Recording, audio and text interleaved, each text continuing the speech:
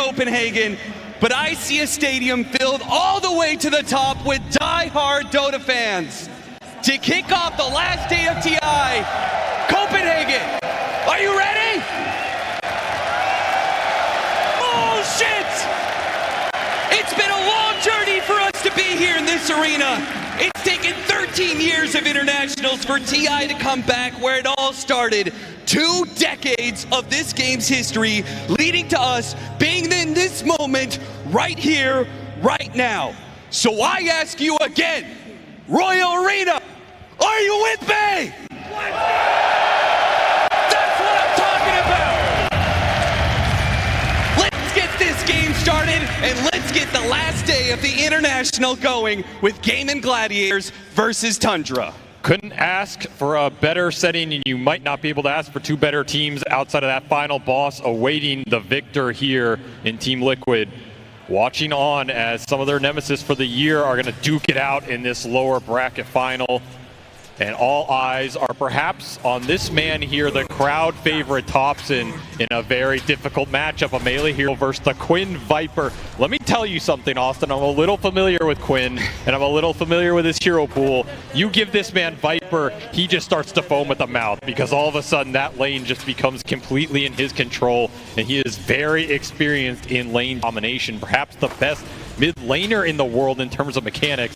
And this is a very one-sided affair. It is not a question of what can Topson do here. It is a question of how much Quinn takes advantage of the matchup. It's going to be a tough one. We saw what Malrine was trying to do yesterday with the Monkey versus the Viper. Just roam around the map, look for some moves, dodge this lane as much as possible. Could be a similar story here. The one upside is at least you can build some stacks for the Sand King and go into that jungle with a bit more efficiency. Now, you say you know Quinn, you got some history there, but I believe you also have some history with the man across from him in Topson, and I believe Quinn also knows Topson pretty damn well, as they've had a few matchups and a few TIs before. And you said that this man is just a force to be reckoned with on the main stage, at International specifically. I mean, I can speak for it, but I think every player who's gone up against Topson and had their TI dream shattered will also speak for it. In some ways, this man is the Grim Reaper of this stage. He is the last opponent you want to face. I can tell you that from personal experience. It is going to be a very tough match for Gaimin, particularly since they fell down here, right? This is a team that's used to kind of, once they figure out the meta, they own the tournament from there. And this has been a big misstep for them against a foe they're very familiar with in Liquid. So I think Tundra have the momentum going into this match. They're feeling very confident off of a strong win yesterday. And perhaps that fear and that momentum is exactly what Gaimin Gladiators are trying to address so early on, shutting down the mid lane, but it's the off lane that is in trouble, where Tundra find first blood on Tofu. Really nice setup here from the Enchantress. Pure will get the last hit, exactly what you want, but it is not often you get that first blood on a safe lane Dragon Knight. Tundra supports striking first and striking early here. And they managed to get a hard camp pull off of that as well, so that's going to pull that creep equilibrium all the way back to the tower. Tundra putting themselves into the driver's seat in this safe lane, headed to success. Check out that other safe lane, perhaps Gaimin Gladiators, see if things are going a bit better there. It's the Jirachi Wind Ranger up against the Ramses Mars. I mean, Ramses been killing it with this hero so far. I got it last, too. Yeah, I'm a little bit surprised he got in such a good position, right? That's the Sand King bait, the flex potential coming through. We're already seeing Topson go to that jungle. He was definitely suffering on that mid lane. Early Satyr creep on this bottom, going to be a very nice creep. Burn out the mana from the 2 melees, give you extra mana regen for the Wind Ranger with a very strong early nuke. This is going to be a tough lane for Ramses, but we've seen him get out of a lot of these. In fact, CS-wise, he's doing perfectly fine here. Yeah, he's killing it. So many denies, 16-6. Jirachi only 13-1, so Ramsey's definitely getting the better of this engagement so far, despite the harassment. The harassment, though, does continue in the mid lane, where Topson has to burrow strike away from Quinn just to try and stay alive. He is getting ruined right now. Almost a full level up on him is Quinn. But this is the way the matchup's supposed to go, right? And he's just going to have to look for recovery elsewhere. Nice little Centaur rotation. Okay. Maybe deny a water room? That's exactly what happens. That is big. These are the little things you want to do to skew this matchup. And I was about to say, yeah, a lot of this lane is Sand King versus Viper. But what this game will come down to in terms of this mid lane potential is the support rotations. How much does each team utilize the advantage that Quinn's created here? Oh, this is so cool. Look at Whitemon. This is so valuable for Thompson. Uses the enchant on the Centaur to get some good harassment. They're even going to try and go for the kill with the last second. Centaur stop. No way! Tan King manages to get the kill on the Viper, all thanks to this beautiful support player. And Whitemon, who does die, probably microing that Centaur. Bit of focus on there. Does lose some of the focus on the safe lane. It gets caught for it. I mean, that is still Omega worth it here. That is just insane microplay from Whitemon. Completely turning this mid lane against Quinn. Not a kill that should have happened and not one Quinn expected at all. And now if you're Gaimin Gladiators, you got to be kind of, oh, we picked a Viper against the Sand King to win the lane matchup. And look at the CS. Yeah. 3 behind and he had that kill. And now even if the Sand King rotates around the map or goes jungle, the damage is done, right? You alleviated a lot of that early game pressure. Thompson, he's just going to linger up top, look for a quick support pick off. The Ghost will add some extra slow. Once more, the creeps. He's done. He is done. Dude, Whitemon is owning this early game. No way around it. He's already level 4. This is before the Wisdom Rune comes out. This is an Enchantress dream right now. And Viper is a very susceptible hero to the early roam, especially if you can combine both supports here for Tundra. There's a lot of potential on the map right now. You have a gate rotation available. You have a purge for the Wind Ranger and the Enchantress. Very interested to see what Whitemon can do from here because, I mean, this is every 5 player's dream. A start like this on a very capable roamer, a hero that can affect every lane in the early game. Take your pick right now. Battle for the Lotus is here. Let's see who clicks it first. It is Ace this time around. A second Lotus is added to his inventory. I think the crazy thing is that this Sand King now doesn't have to really lane at all, right? I mean, he's so proficient at being able to jungle. He could just play to these neutrals. They're going to let Zoxa take the experience on mid. Maybe he dies for it every once in a while, but he's going to get some levels, and his Sand King is free farming. In the meanwhile, has to snowball to dodge some of the damage here, but he will be pulled back into his doom as Gaimin Gladiators will punish the support left solo in mid. But the punish on the other side is Tundra going for Ace here. All those Lotuses, though, triple bracers, a hard kill to be able to get in. Thompson has overextended himself, and Quinn puts him in the dirt. Triple bracer chainmail plus a healing Lotus. That is not an easy target to bring down. They just don't have the early damage. And that was a very important rotation mid for Gaimin here. You want to snowball the Viper. Quinn is still dominating the lane. He's still decently ahead. Those rotations just add that snowball effect and give a lot of experience toward this Chen as the Wisdom Rune. Oh, the spear doesn't come out in time and it misses. So Tofu manages to nab away the Wisdom Rune, and he might even get the kill on Ramses. Lobs out that blood grenade. A poison trying to latch, doesn't find its mark, and Tofu will be unable to get that kill, and perhaps is going to die here as Zoxa is going to try and keep up with him. Tofu, is he going to go for the Ancient deny? Dodges the spear, goes back to the Ancient. It's wasting so much move, time. Trying to break some ankles. He will get brought down by the God's Rebuke, but as you said, more time, more attention from Tundra forced to their side of the map. And we have seen these 7-minute Wisdom Rune steals just win games. Like this is a huge swing in the experience department, especially for a support duo that was having a pretty good early game between this Enchantress Tusk. Now they're going to fall a bit behind in terms of those early levels. Level 5 for Celery already. The counterpart here in the Chen to the Enchantress. See if Celery can make some of these early rotations work. He likes to go into this top lane, kick the enemy carry out, pressure this tower. If he has the levels and the creeps to do it, he's in a decent position to make that kind of move right now. In fact, secures a power rune for Quinn. This is a deadly power rune at this point in the game. Oh yeah. This is a kill into a tower if you give him the opening. This amp damage is just going to rip through an objective. There is kind of, though, that pressure to do something with that amp damage, right? Because you know the Sand King's just farming away this entire time. You've got to start taking objectives soon. And Duraccio, he's going to be in a bit of trouble here. Got him inside the arena. Ramses gets the pin as well, and they have the damage. Thanks to Whitemon, again, showing up at the right place at the right time, hits the chance to get rid of the win run. Back to middle lane where Zoxa continues to suffer. Obviously, there's not much he could do about a Viper kill. Does manage to get that kill and tries to hit that mid tower, tries to hit the Dragonite as well. Thompson was thinking about trying to TP to help out, but he realizes that is a no-go and has to stick up to this top lane, canceling his TP. Really nice snag bottom for Tundra, but they're getting pulled across the map right now. Cancel TP on the Sand King. The towers are getting pressured. This mid tower is gone.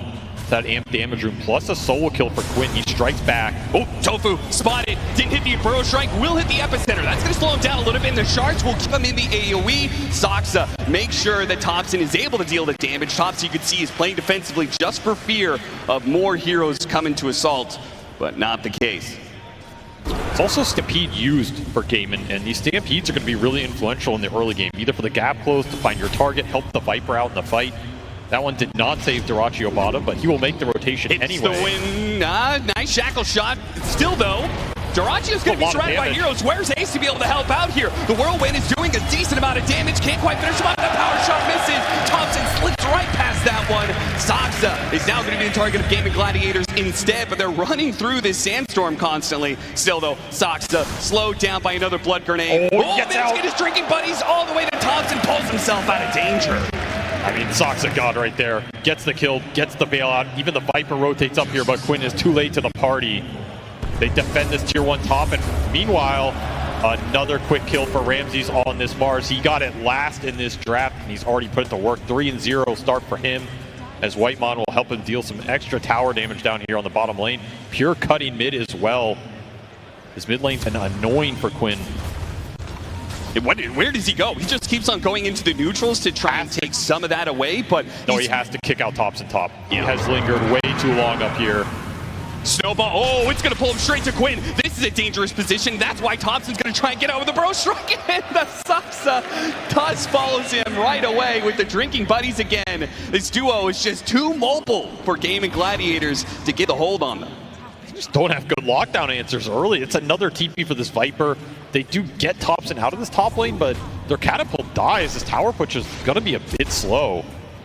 Very frustrating early game for Gaimin as you're looking at these net worths, and Tundra very happy with what has happened here. They got out of the laning phase versus this last pick Viper, versus lanes that were potentially difficult, and basically won, well, all 3 for their cores at this point. Thompson is not behind at all. Saksa, he's going to be running into a ward, so there's no way out. No heroes to pull him out with the drinking buddies this time around. He goes to the creep wave, surrounded by 3. So he should finally pay the price. He's just going to do what damage he can, stall as much as humanly possible. But it does seem like this top lane is finally going to be forfeited by Tundra. They lose that hero, and they're going to lose the tower as well. Pure taking advantage of this moment to clear through some of those ancient stacks. He is getting very far, and we've seen some crazy GPMs on this Dragon Knight. He's going to have another pretty free game here. It's Thompson catching up mid, and the tower being pressured by the Dark Soul Summoner.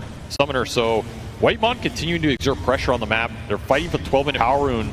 It's a dangerous room. Got him inside the arena with the epicenter. He went for the save. He tries to stop Tofu's disruption. Looks like they'll have him surrounded and killed. But what about Quinn? He picked up an Invis rune, comes out of that one to try and put some damage on Ramses. He regrets that decision, though. Trying to use the Stampede to get him out of here, but the chain stuns make sure that he's not going anywhere. Wait, the Centaur stun. It comes through. Stalls him up still. Snowball gets him too, Quinn. Can't finish him, though. No more damage left in the tank as Gaimin Gladiators pull all their heroes to help out their mid lane. 3 points in corrosive skin, plus all the Chen heal. Enough to keep Quinn alive as he mans up for the rune and is rewarded. Gaimin, this is a team that's going to bring everybody to these sorts of skirmishes. Tundra, I think they felt like they had the numbers advantage, but you never have the numbers advantage against this team in the first 20 minutes. And this is not a fight that Pure was close to coming to, so you're just outnumbered 5v4 in the end. And that's the power of Stampede in this early game. It's going to be able to recreate the gap for the Viper or get him onto the target you need. Quinn trying to do the Ancients, runs out of resources to do this stack that is there. 7-9, Tundra. Very slight net worth lead, pretty much even game right now. Some 14-minute Wisdom Runes are going to be coming up soon. Right now it seems like a battle, just the Sand King and Mars who've been doing pretty well for Tundra in the moves that they've been making. But as you said, the moves that they're making, they're running into 5 of Gaimin Gladiators. Is this Gaimin Gladiators' typical strategy of just moving multiple heroes around the map in congruence? It is causing Tundra to bleed a bit. The thing is, I think Tundra should be fine just playing the map in a way, right? They have the Sand King and the Dragon Knight, the 2 heroes that are going to farm the most during these downtimes. Like, Centaur's not going to match that. He wants to make moves with this Blink that was just finished for Ace. Dirachi was a bit behind in this game. No real huge stacks for him to catch up on. So Gaimin are the ones who are kind of pressured to find the pickoffs here. They're going to try and land this smoke on Ramses, but he did sniff it out, but not fast enough. Yeah, they smoked underneath the ward, but Ramses still gets caught in the corner of the map. As smart play by Gaimin Gladiators. They used the blink and the stampede to get instant damage on Ramses. Make sure he wasn't able to use quick fingers to get out of that. The thing is, this is a smoke that it's not yielding you a lot of map control right now. And if you look at where Tundra are on the map, Whitemon continuing to cut this mid wave with this troll. He's getting tier 1 tower pressure. The DK's clearing through both Ancients, and the Sand King's vacuuming up the bottom half of this map right now. You really need to convert these moves into more map control of your game and get deep wards out. Swing to the other side of the map. Right now it's Dyrachyo clearing out the junk. Not really what he wants to be doing. Tundra are getting a lot right now. And it's just going to be a fast BKB for the Dragon Knight Pure, so he might opt to try and fight earlier in this game and deal with the death ball Gaimin are proposing. Gearing up for the early Roshans. Bit by bit, they will take this tower, or somebody will. Dyrachyo will deny it instead. Getting a little gold for himself and take it away from Tundra. Gaimin still lingering up top. I mean, this is where their vision is. So ideally, they want to keep killing up here. Oh, Ace is there on the other side. Thought that Viper Strike wasn't going to be enough, and it wasn't. Ace really helps out getting that kill. 700 gold for them off of that pickoff. And perhaps a little damage on this tier 2 is not much of Tundra. He's going to deal with this. Ramses, he's playing deep on the other side of the map. Going to be cutting waves and everything. It seems like Tundra are trying to avoid fights right now. Yep. Do you feel like they are good to scale late game? Because we have seen this matchup a couple times in this tournament, specifically with Liquid, right? The Wind Ranger versus the Dragon Knight. And we've seen this item build that makes the matchup very different. The Revenant's Brooch, they would pick up like third item. Do you think that changes the matchup of Wind Ranger versus Dragon Knight enough that it goes to favor Gaimin Gladiators? I think it changes it a decent degree. I mean, in theory, Tundra have an okay lineup versus the Wind Ranger, right? You have Tusk and Ench, who are both solid supports at dealing with her. You have a Dragon Knight who is, in theory, a good core-on-core matchup. The Mars can do a lot versus Hero as well. If you survive the Whirlwind here, I think you win the fight as Tundra, because a lot of the damage just disappears, and your cores are going to win that long duration. But this Wind Ranger is not really a normal carry. You know, let's be honest. This hero has a spell that just procs everything on every hero. It's been rare that you have that type of mechanic in Dota 2, and the only other one I really can think of long-term is the Medusa talent, which was not really built into the hero early on. Yeah. It just does so much damage that I think you could always win late game with Wind Ranger in 5 or 6 slots, as long as you get a good opening into the fight. So Tundra really need to be careful about how they take the initiations and who they go on. Particularly this Viper, right? Like, are you bold enough to jump the Viper first in this game with the amount of backup he has in a Disruption, in a Chen heal, in a Stampede, and then give a good opening to Dyrachyo to come into that fight after you commit onto the Viper? That, I think, could be the most dangerous way to take the fight if you are Tundra. Yeah, that's a good point. It seems like Gaimin Gladiators are going to be presenting kind of this wall. You don't want to go on the Viper, you don't want to go on the Centaur. You got to get to the back line. Tundra do have the heroes to jump past those tanky heroes with a Mars, with the Sand King. Both are going to be getting Blink Dagger, and even the Dragon Knight, I assume, at some point is probably going to be rocking a bit of mobility. So just a question of whether or not they can get around these big tanky frontliners and into the back line, catch that Shadow Demon like they did in the top river, go for that Chen and stop that heal that comes out. Gaimin, though, they found a decent amount in the period, particularly for Celery. This Chen is starting to gear up. You're going to have some nice aura timing between the Chen and the Centaur, which is what Gaimin are looking for here, as he will match the Dark Soul Trumpeter pressure on the map. Tundra making a smoke of their own, looking triangle. Only Tofu here. See some stacks that are happening. They know where the support is going off of those neutrals running that direction. And they'll get Tofu in the process. The arena makes sure that there is no escape with the Dragon form. They can maybe take some of these neutrals as well. Not a huge stack, just a double, but still worth to take away from Gaimin Gladiators. There's still a Wisdom Rune sitting here too, but it did not get scouted. Tundra do not know it's there. Interesting smoke play, not really for any specific timing. They just wanted to get Pure involved in the game and felt like maybe there was a large Ancient stack they could steal off that smoke kill. Sure. Full economic damage. This is a bigger prize, though. They find Ace deep on their side of the map. Trying to stampede away. The snowball pursues. He managed to get the blink out. Striking buddies. No punch. Gets pulled close, but the punch doesn't come out. He's Stands there for a second, goes up. That's that one up. I'm not sure if he got body blocked by the creep. It looked really weird. Nonetheless, that is a lucky escape for Ace. Barely gets out of there, and he's found a lot of farm in this period, looking towards a pipe of his own. These aura timings are really important for Gaimin. They need to be able to get a lot out of them when they arrive. Can't bleed heroes around the map right now, as Tundra are hitting some strong team fight items between the Bloodstone on the Sand King and the BKB. You'll see he does get a right click off. He gets a hit in. He just didn't have the Walrus Punch activated. Yep. So then he has to wait for his next hit to come in, and it's all gone wrong for him. That's a big miss. We usually do not see that kind of misplay from this man, particularly on one of his signature heroes. But maybe just not expecting he was going to get there in the first place.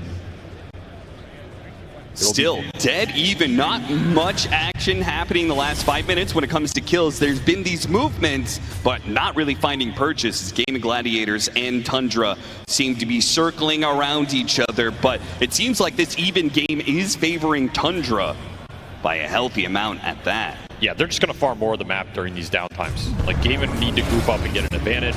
They're continuing to bleed some supports. Tundra just pushed the lanes in, making the better moves right now. They have an Arcane Rune on tops, and that Bloodstone is done, and they're just working towards BKBs. They already have Pures. He hasn't had to use it yet, and they're going to get a Mars BKB. They're going to get a Sand King BKB second item.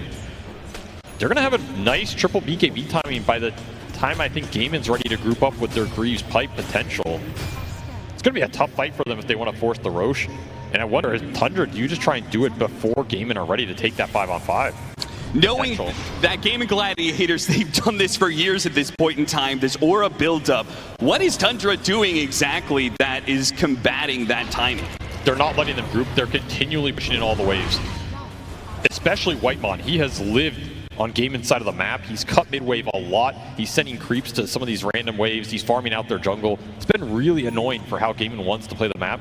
This is also one of the downsides of Viper. Like, Viper is strong in that ball, but he's not great when the map gets split up like this. Yeah, and he's not particularly good at pushing in the waves really quickly, like some of these heroes on the side of Tundra. He's just clunky. He's a clunky hero, and Tundra are abusing it right now. Back and forth. You can see that heat map of just Whitemon constantly playing basically on the river, on their side of the map, all over the place, keeping Gaimin Gladiators, as you said, a bit split. They've got a 4-man crew right now, with Dyrachyo farming a different part of the map. They're gonna, on the other side, Tundra's gonna deal with their Tormentor, pick up the 21-minute Wisdom Rune. Very efficient stuff.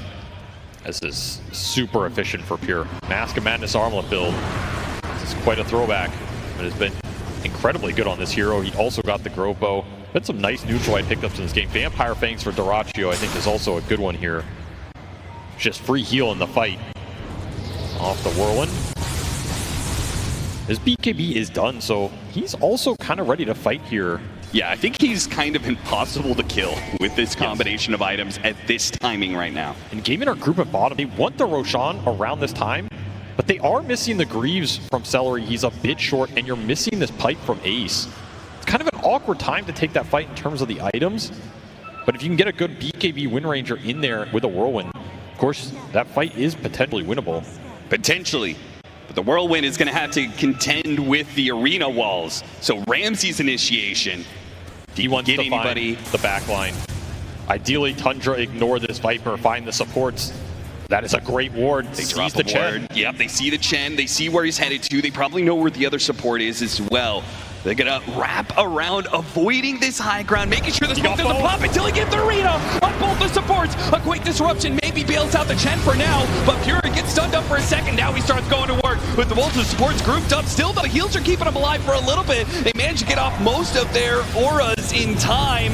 Will it be enough, though? Tofu, he's going to be knocked one down. Another support, though. Chen is going to come back into play with a buyback. Gaimin Gladiators push through this one with Pure already going down. Next up is Thompson. Thompson hits the Stinger. A spear goes through, landing onto the Centaur. Thompson's getting bursted down. Too much damage from Gaimin Gladiators as Quinn, Snowball, wait, Saksa got him with the punch. This time around, he will hit his mark, and Tundra will find that the best initiation they can get is still not enough to defeat Gaimin Gladiators right next to their outpost with buybacks ready to go. But maybe they're going to go for a second part of this fight. Nope.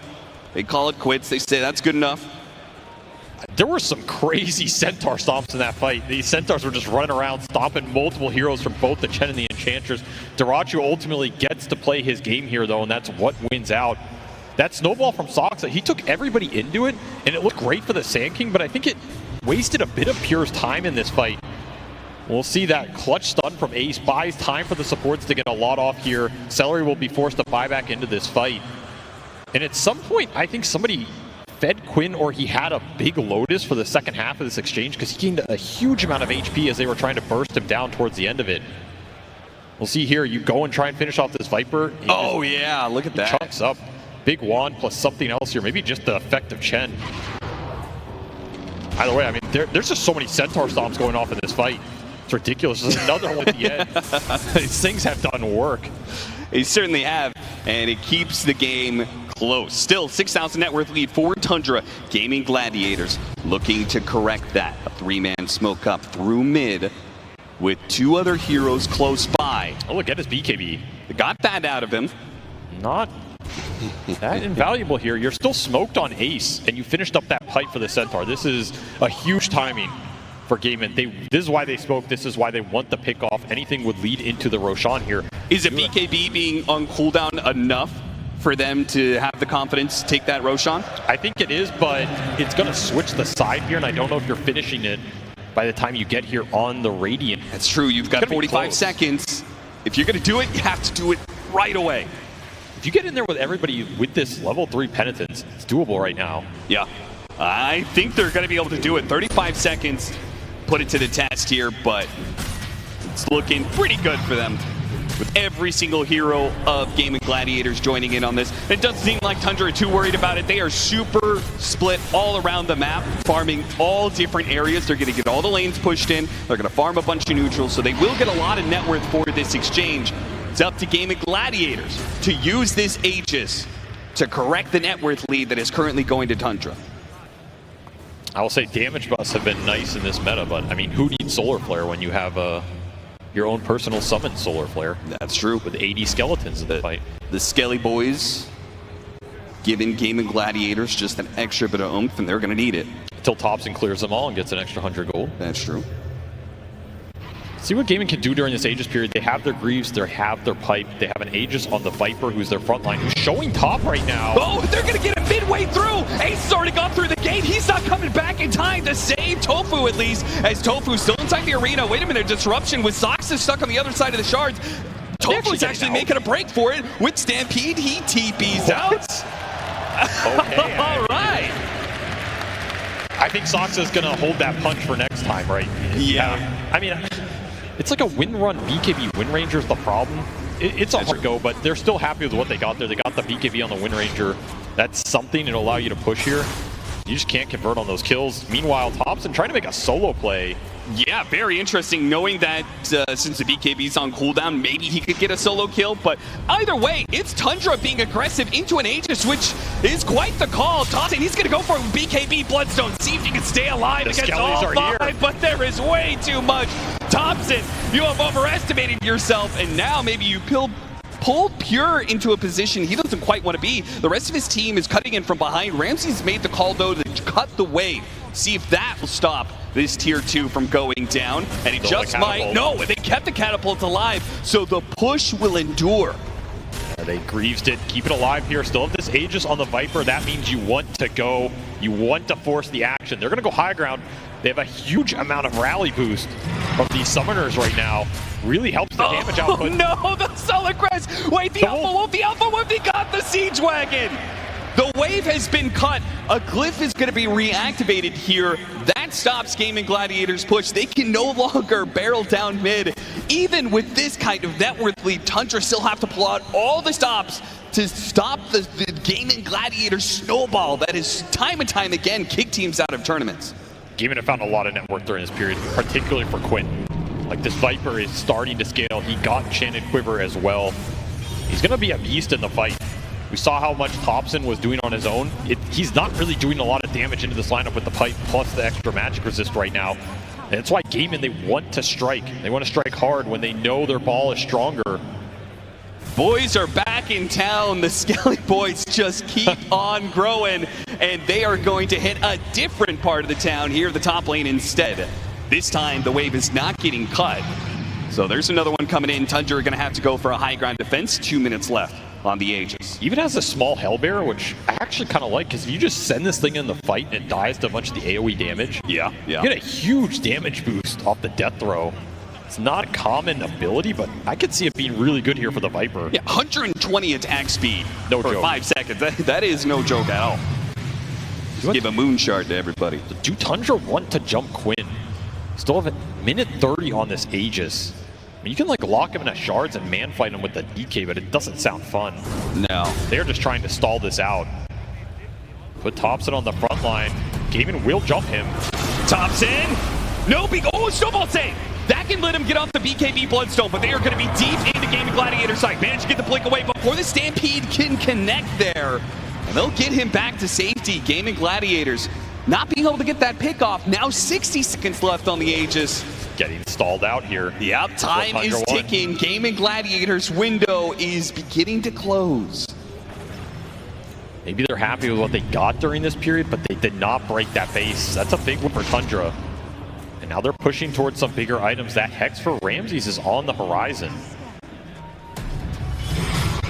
They get caught a little bit. They found the Shadow Demon on the backside. Yeah, they managed to get him, and they got him inside the arena. The Spear, though, he runs to the Centaur, so a self-disruption, but Tofu, wait, Quinn, he's taking a lot of damage. He's going to lose that Aegis. He had the Aegis still in the second life, while Duraccio starts going to work with the Whirlwind. Managed to get a Burrow Strike back. It's going to be okay for now, but Pure, he's leading in. He's going to go for Celery, takes him out. BKB TP up from Quinn, but what about Duraccio?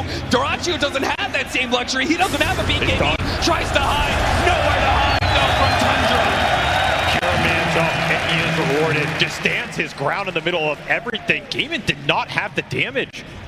Duraccio, he wanted to pick his mark in that fight, comes in with the BKB winner on Whirlwind, but it is not enough damage to finish anybody off. And the front line from Tundra holds Thompson. He finds Shadow Demon right at the start, sets up this 3-man arena, and everybody's just locked in the cage. Ace gets melted even through the auras and the sustain. Just a brutal amount of damage. This Whirlwind, it can win you the fight here, but it gets disjointed, and now all of a sudden all you have left is this BKB Dragon Knight on the front line, and it's not a hero Duraccio can man fight at that point. This is through the Viper Aegis as well. That, in theory, was a good fight for Gaimin in terms of that timing. Did not do him any favors here. Thompson made the call. He made the blink initiation, catching Gaimin Gladiators a bit off kilter. And as a result, the team fight is messy, it's bloody, and it's bad for Gaimin. Now a 12,000 net worth lead for Tundra. And I will say, Quinn, he barely got out of there as well. That punch from Soxa was mid-land. That was almost a full team wipe. They'll lick their wounds and claim a Tormentor here. But this game is starting to get messy for Gaimin. This is not how these types of lineups are supposed to function, right? You want a Rax or 2 by now. You want to be looking at the next Roshan with a net worth lead. Instead, you find yourself down a 10k hole versus a very strong Dragon Knight who's about to finish MKB at your shop. Soxa wasting no time to make the initiation because Ramses is up behind him and he's got a completed Sight Device and a Spear to follow it up. Disable after disable. Gaimin Gladiators now have to use the Stampede to try and retreat, make sure nobody else dies, but Tofu, he'll bite the dust as well. Tundra finding momentum in this game, finding everything right now. Every jump feels good, especially with MKB done on Pure. You find Duraccio, he's gonna melt. Swin Run cannot save you anymore. And all of a sudden, Gaimin are the ones being pushed back. Did they miss their timing in this game? They have all the auras, but they're not winning you the team fight right now. Hex done for Ramses as well. I mean, the catch is there, the control is there, the BKBs are there. Even Whitemon has built up an entire pipe to back these tanky frontliners up. This is a lot of HP to get through all of a sudden. You have 4 strength heroes on the front line, all with 3,000 plus HP, with a pipe behind them. Effectively, it's so much EHP to get through. Yeah, normally it's something that we would say about Gaimin Gladiators lineup. Oh, look at all these auras, look at the pipe, look at the Greaves. It's too much for any team to be able to bite through, but Tundra hitting this later timing, 32 minutes, triple BKBs, triple strength heroes. Now it's Gaimin Gladiators, the ones who are running out of damage and struggling to deal with Tundra. As a result, they lose a lane of barracks. A second one gets damaged a bit, but Tundra not trying to take a team fight on Gaimin Gladiators. High ground will retreat and await the Roshan timing, which is coming up very soon. They are not pressured right now. Feels like they are scaling way better. The next set of items coming up for Gaimin are, they feel all defensive too. Lincoln's for the Viper, Satanic for the Wind Ranger, Crimson for Ace. Not a lot of damage increase. You just finished the Shivas on the Sand King, the Pipe for the Ench. This DK is going to get something built out of this Reaver. I worry about how you bring these heroes down right now. And it feels like a lot of the initiations have just been Ramses finding his mark. Yep. 4-1 and 9 on this Mars. He's played a near perfect game. And he's had a fantastic tournament on this hero. The switch up the Tundra did, right? Presenting the Sand King, as you said in the draft, and then swerving, so it's a mid Sand King. They get a different offlaner. It has worked out beautifully. They managed to salvage out that mid lane thanks to Whitemon's moves early, and now Ramses is delivering on the offlane Mars. These arenas, if you catch the supports +1, you're very happy with that, and you're probably winning the fight. He has found out a lot of these times. Do finish up the Daedalus on Dyrachyo, different from last fight, so that's going to be his big damage item in this game. This Whirlwind really has to do some work. You got to find at least 1 or 2 big targets during this interval. And I mean, if Tundra really want to play this game safe, they could play for buybacks, but I mean, it's Tundra, so they're going to buy out here. Satanic for pure. 4k HP on this DK right now. Yeah, who needs a second life when Satanic really is its own second life, right? I mean, it's not like he's going to get bursted down before he get activated. He's got way too much effective HP. And Snowball save behind him. Yeah. It really comes down to it. So Tundra very confident right now. They have a wave in Gaimin's base. They don't see anybody on it, so they know Gaimin are around this pit. There's a creep in the pit as well. They're not going to show on it. Once again, Tundra are trying to set the tempo. They're the ones trying to start the fight with this smoke. They found a couple heroes, not who they want. They don't want the Centaur, they don't want the Viper, they want the backline, but this time Ramses finds himself jumped on. It stops the Snowball save from Saksa and kills Ramses. Thompson. He's going to fly back and try and come back in. Thompson! Thompson! A burrow strike from hell goes underground, and he just rips Gaimin Gladiators all the way down to the pit itself. A spear to finish him off, and that is a team wipe. And it only cost you a Mars buyback off of what was probably the best stun Ace could ever find in this game. Preventing the save, finding the Tusk, and absolutely none of it made a damn difference. As Thompson says, just leave them to me, boys, and I will clean it up. Pure with the cleaves coming through, he is invincible. The clock in this game has run out for Gaimin. This push did not come to fruition, and Ramses, he's in cleanup mode. Ramses perhaps trying a little bit too hard there, goes for something that they don't want to jump on. It's the Viper. They got plenty of buybacks out of Gaimin Gladiators. All of them. That's good enough. And now they can back up to do the original objective of Roshan. I mean, who even takes this Aegis? You're getting slaughtered at this point. Your heroes feel invincible. Give it to Ramses. Reward him for the buyback. Gaimin falling short in this game 1, especially in these team fights. They just don't have enough sustain to match what Tundra have. Here comes that epicenter. Thompson, he pumped it a couple times to get the perfect timing. The cleave coming through as well from the DK with a Nemesis curse. Just see you later. What a jump from Thompson, and Pure is able to deliver the damage off of any kind of stuns. Either Ramses or Thompson. Pure says, no, there's no chance. You got nothing, Gaimin Gladiators, and it really does look that way. With a 23,000 net worth lead and a lineup that was designed to take the base early, it does feel like Gaimin Gladiators may not have much more in the tank, much more left for them to be able to play for, but they are a world-class team, and they have been in these situations before. So Tundra do need to be careful when they encroach upon Gaimin Gladiators territory. And they did give this Aegis to Pure, so at least there's some idea this Dragon Knight is in theory mortal. He wants the second life to siege the base. I mean, if you're Gaimin Gladiators, is it possible for you to leave the Dragon Knight for last, or does he just do too much damage? That may not be a question that they are ever able to get to themselves with Dyrachyo gone in a second. Does have buy. It's the one hero that had buyback for Gaimin right They're now. all setting up on this high ground ward. They're going to say, this is the only opportunity we have. We've got an amp damage onto the Viper. Maybe, just maybe, we can pull out a miracle. But Pure's behind them. Thompson hits the Burrow Strike. A disruption save. That's going to help. They have the buyback. A TPN coming in. Quinn activates his BKB. Throws the damage back out. And then Thompson, wait, the snowball save again. Coming in from the supports of Tundra. They're bailing out these heroes. And Duraccio not going to make it out. The Death Reaper comes in with a sharp scythe and a wicked intent. Thompson, he'll join them along in death, but he's done what he needed to do. He has killed Gaimin Gladiators, killed their chance at this game one, taken out their buybacks, taken out their diebacks, and they are out of this game one. No contest. The crowd favorite puts on a show in this first game from a very rough lane, getting bailed out from that Whitemon Enchantress to just dominating these team fights. This is not a hero you wanted to give this team, and not a hero you wanted to give that man right there, as Tundra put on a